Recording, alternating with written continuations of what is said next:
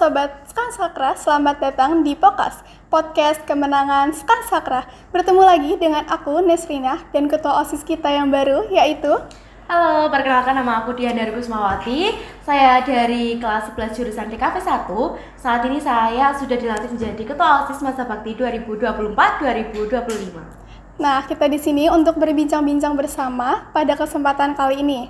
Pertama-tama, aku mau ucapin selamat dulu nih untuk Kak Daru telah disahkan menjadi pemimpin baru di SEMEA dengan jumlah suara 863.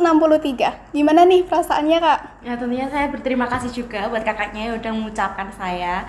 Sebenarnya saya nggak expect dapat 863 suara, tapi semoga dengan suara-suara dari siswa-siswi SMK Negeri 1 Karanganyar, saya dapat mengemban tanggung jawab secara amanah gitu. Wah, aku ikut seneng nih dengernya.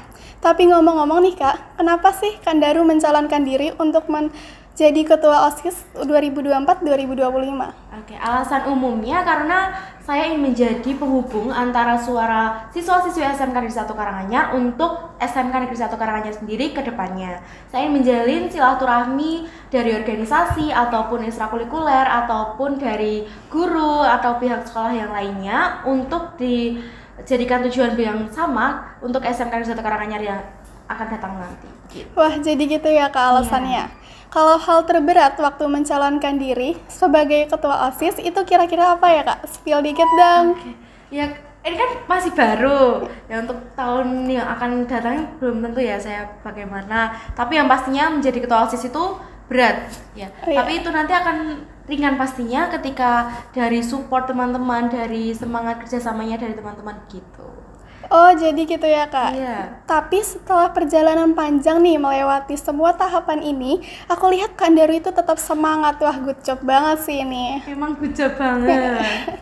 Oke, next nih Kak. Setelah perjalanan panjang melewati untuk menjadi ketua OSIS ini, apa sih yang bakal Kak Daru untuk mewujudkan nih visi misi yang Kakak sebutin waktu kampanye? Oke, sebelumnya mau disebutin visi misinya dulu atau? Boleh nih Kak. Jadi visi saya yang pertama adalah mewujudkan lingkungan sekolah berdasar pada IKI, inklusif, kolaboratif, serta inovatif, dan mencetak generasi pemimpin masa depan yang bertanggung jawab. Nah, misi saya yang pertama adalah mengumpulkan dan berbagi informasi seputar dunia pendidikan. Yang kedua, menjadikan OSIS ini untuk mewujudkan keterampilan siswa yang relevan dengan dunia digital. Yang ketiga, mengembangkan kolaborasi yang berarti dengan merangkul kerjasama antar siswa, guru, dan pihak sekolah dalam mengembangkan berbagai inisiatif.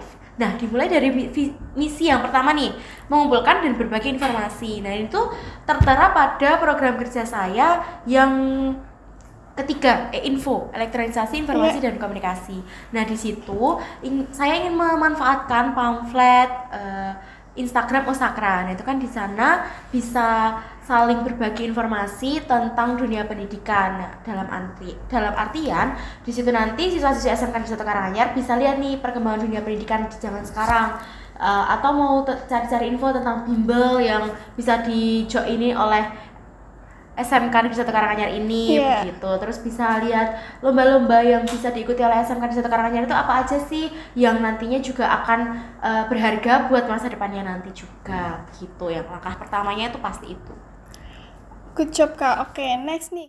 Buat mewujudkan visi misi pasti perlu proker kan ya Kak? Iya. Dari setiap jumlah proker Kak Daru yang mana sih yang bakal Kakak prioritaskan? Sebenarnya dari awal saya kampanye sampai sekarang saya bisa dilantik menjadi ketua OSIS Masa Bakti 2024-2025 itu tentunya semua prokernya itu harus diprioritaskan kan saya sudah kampanye, harusnya proker itu juga berjalan dengan baik juga. Nah, tapi langkah pertama proker yang mana dulu kan yang mau dijalankan itu yang pasti yang info elektronisasi informasi dan komunikasi, dan nanti untuk proker selanjutnya menyusul gitu. Nanti akan didiskusikan lagi bersama anggota yang lain. Oke, berarti masih belum ya Kak ya? Iya. Nah, dalam proker yang pasti kan akan melibatkan siswa-siswi nih. Iya, betul sekali. Gimana sih cara Kakak untuk menarik minat siswa-siswi tersebut?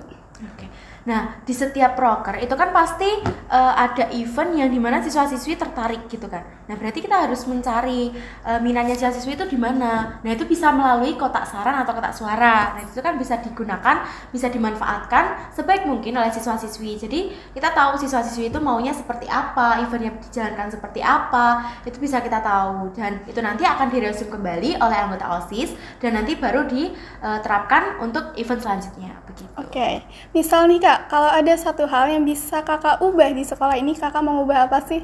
Oke. Perubahan itu tidak harus yang wah. Perubahan itu nggak harus yang besar, tapi dia kecil tapi cabai rawit. Oke. Nah, itu menurut saya tentang kedisiplinan dulu. Ya kan? Yes. Karena sebagai seorang pelajar itu harus punya tata tertib dan harus punya kedisiplinan. Dan itu nanti di periode saya nanti, saya ingin mendisiplinkan anggota saya dulu.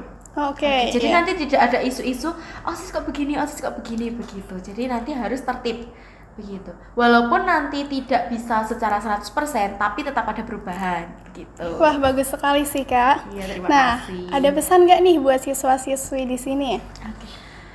Ya, pesan saya pastinya minta dukungan, support dan kerjasamanya dari siswa-siswi. Karena kan saya tidak bisa berjalan sendiri, saya tidak bisa berteguh sendiri. Saya perlu siswa-siswi SMK Negeri 1 Karanganyar ini untuk mendukung saya, mensupport saya, dan jika saya mengalami kesalahan nih, misal saya melanggar kesalahan atau peraturan, mungkin bisa ditegur secara langsung gitu, nggak apa-apa.